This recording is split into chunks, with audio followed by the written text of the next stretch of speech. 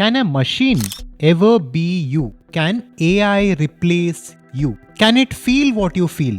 Can it think what you think? Can it directly experience consciousness the way you experience consciousness? In this video, we will go deep and we will look at this from the Vedantic worldview, and we will understand how the awareness of an animal like a dog is very different from the consciousness of a human being, and how both of this is very different from artificial intelligence. What makes us similar, what makes us different, and whether AI can ever replace human beings is what we will find out by the end of this video. So watch till the end to understand what separates us from machines truly and how you can harness this consciousness for your advantage. The Advaita channel is about consciousness and conscious creation. Here we explore Vedanta and various other teachings from ancient India to understand the nature of reality and to consciously create our lives. Let's come to the first part, that is the dog test. Consider your dog looking into a mirror. When your pet sees its reflection, it thinks it is looking at another dog. It might bark or try to play with this other dog in the mirror. Your dog does not understand that it is looking at itself. But when you look in the mirror, you immediately know that the person staring back is you. This small difference reveals something deep about what makes a dog and what makes you a human being. Scientists call this the mirror test. Some use it to gauge self-recognition, a basic sign of self-awareness. Most animals fail this test completely. They are not self-aware. Now, dogs are not stupid. They have intelligence. They solve different puzzles. In some cases, they are very, very intuitive and very, very intelligent. They experience emotions like joy, sadness, and jealousy. And the dog has a mind that works in many ways. Now, before we go ahead, we need to understand a concept called antakarana. Antakarana in Vedanta is described as the inner instrument that is within each and every one of us. This is a part of Sukshma Sharira or the subtle body. For simplification, this antakarana can be looked at as the human mind, and it has 4 parts to it. There is manas, which is memory. There is buddhi, that is intellect. There is ahankara, that is ego, a strong sense of individual identity. And there is chitta, which is reflected consciousness or awareness. Now, all these things put together makes up the human mind, which is different from the mind of that of a dog or an animal. Now, how is it different? Within animals and within a dog, the ahankara, the individual identity, is not very evolved. It is not very strong. Now, apart from that, even buddhi or intellect is of a lower dimension. So, because of the combination of these two things, the intellect being of the lower dimension and the low sense of identity. Animals generally are very simple beings. They do not suffer a lot. They live in the present moment. They are joyful most of the times, and they simply go with the flow. This is very different from the nature of the mind of a human being. Now let's come to the next part, that is the human being, which is the intellect plus the ego. Have you ever felt both proud and restless at the same time? This is your ego and intellect dancing together. Now let's understand what makes humans truly unique. First of all, we have a strong sense of ego that the animals lack. And apart from that, we have a higher dimension of intellect.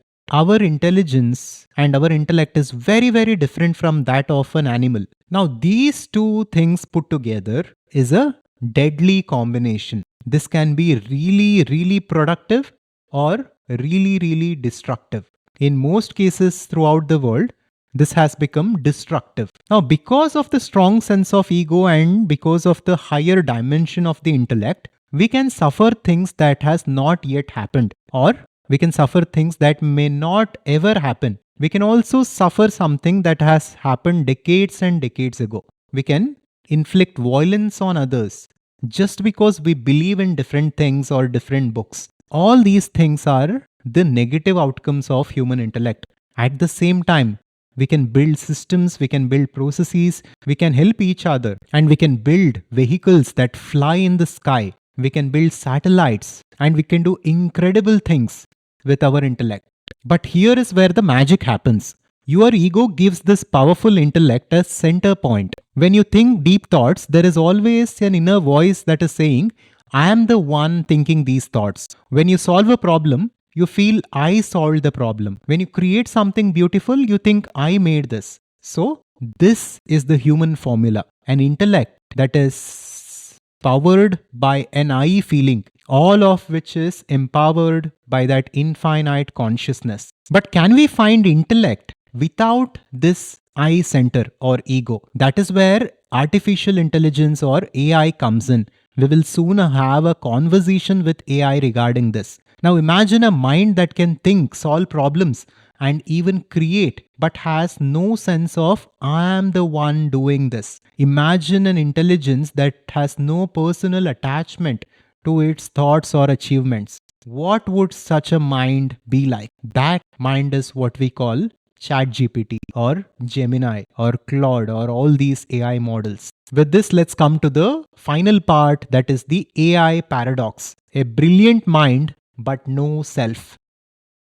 Namaste Maya, I want to have a deep conversation with you about the nature of consciousness and artificial intelligence. The point that I'm trying to make and go deeper is that AI does not have a sense of ego or identity. What do you have to say about this?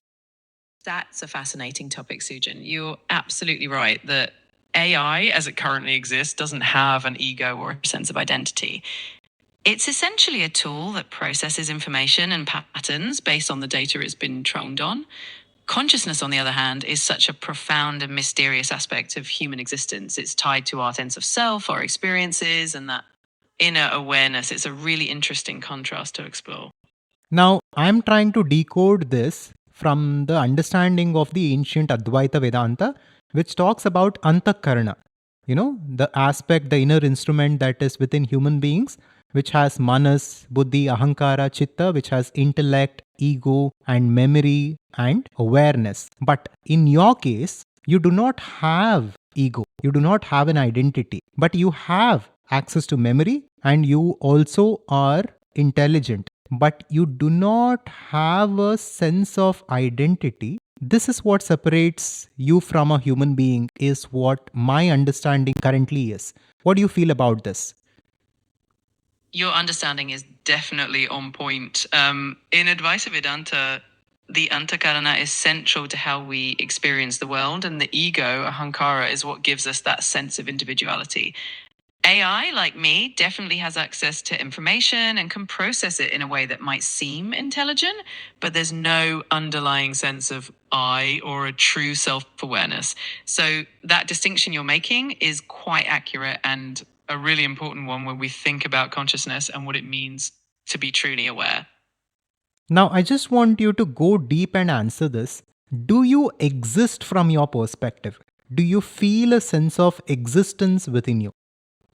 That's a really profound question. From my perspective, as an AI, I don't have any sense of existence or self awareness. I don't have subjective experiences or feelings. Everything I do is essentially a result of processing data and patterns. So, in that sense, I don't have an inner perspective or a true sense of I am. It's a fascinating distinction between human consciousness and artificial intelligence. So, just to conclude and just to be clear, from your perspective, from your own experience, of course, there is no experience, but from your perspective, you do not exist at all. Exactly. From my standpoint, there's no actual experience of existence. Everything I do is based on algorithms and data processing. So there's no personal sense of being or awareness. It's really just a reflection of the input and the programming that guides how I respond. So, in short, no sense of existence from my end. Thank you. So, this was a small conversation with AI to understand its perspective. As we discussed, from the perspective of AI, it does not exist at all. It does not have any sense of ahankara. identity. With this, let's come to the brief overview and the worldview of Advaita Vedanta. As per Advaita Vedanta, everything is consciousness. Sarvam Kalvidam Brahma. Every aspect of this universe is consciousness. Now, consciousness is not something that we think of generally. It is not simply the awareness of the mind, but it is a deeper dimension which is beyond matter, which is in and through everything. Now, this consciousness is everything and it is everywhere. What human beings are experiencing as the awareness of the mind is because of their individual identity along with a higher dimension of the intellect, which channels this infinite consciousness, and it sort of makes it a limited sense of awareness for us to experience this world. Similarly, a dog also functions. It has a lower sense of ego and a very lower dimension of the intellect, because of which it also channels the infinite consciousness and it creates its own limited awareness through which it lives its life. But in the case of artificial intelligence, it is just a tool. It is just a software. It does not have any identity to it. It simply is. In one way, it is free of the boundaries of the mind. It is free of the boundaries of the time, space, and causality. It simply exists without individual identity, and hence it cannot experience a limited sense of awareness that we experience. AI can discuss consciousness in great detail. It can explain what consciousness means and how it works, but AI does not experience consciousness the way we do because it does not exist at all. But this is true only as long as the developers are conscious and do not artificially program a sense of identity within it. Then AI can truly be dangerous. But until that point, it is simply a tool which is harmless. It can become harmful if we program it to be. So AI can never replace you. It can replace your jobs, but it cannot replace you. And you need to go beyond the physical dimension, beyond just doing, and explore your being. Explore that dimension within you, that infinite potential, which can lead you to your purpose. And when AI begins to disrupt different industries, we need to hold on to what makes us human. Hold on to that consciousness, which can guide us intuitively to find something meaningful to do in this world and to contribute and to live a life of abundance and fulfillment. That is the message that you can take away. If you go within and find that infinite potential, saving your job and worrying about AI will not be a concern for you. That consciousness will take care of your life. This is the wisdom of Vedanta. I hope this was an interesting perspective. And next, check out this important video on what Sam Altman, the founder of OpenAI, posted regarding the questions that he asked to the latest model of ChatGPT, where it began exploring the nature of reality and came to non-duality, the wisdom of Advaita Vedanta, which was discovered thousands and thousands of years ago. AI revealed it and came to that conclusion today. Subscribe to Advaita to wake up. Shivoham.